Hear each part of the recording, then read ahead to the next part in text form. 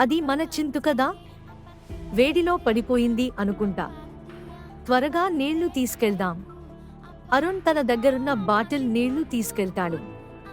అర్హ తన అంబ్రెలా తీసి చింతుకు కొంచెం నీడ ఇస్తుంది. అరుణ్, ఇక్కడ చింతూ. నీళ్లు తాగు. నిన్ను బాగు చేస్తాం. చింతు నెమ్మదిగా తలెత్తి ఆ నీళ్లు తాగి కొంచెం ఊరట పొంది తన తోక నెమ్మదిగా ఊపుతుంది. అర్హ, అన్నా, ఇది ఇప్పుడు బాగుంది కదా? అరుణ్, ఊహు, కానీ ఈ ఎండలో దీన్ని ఇలా వదిలేయకూడదు.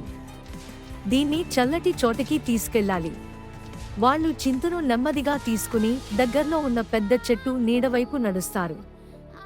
చూశారా?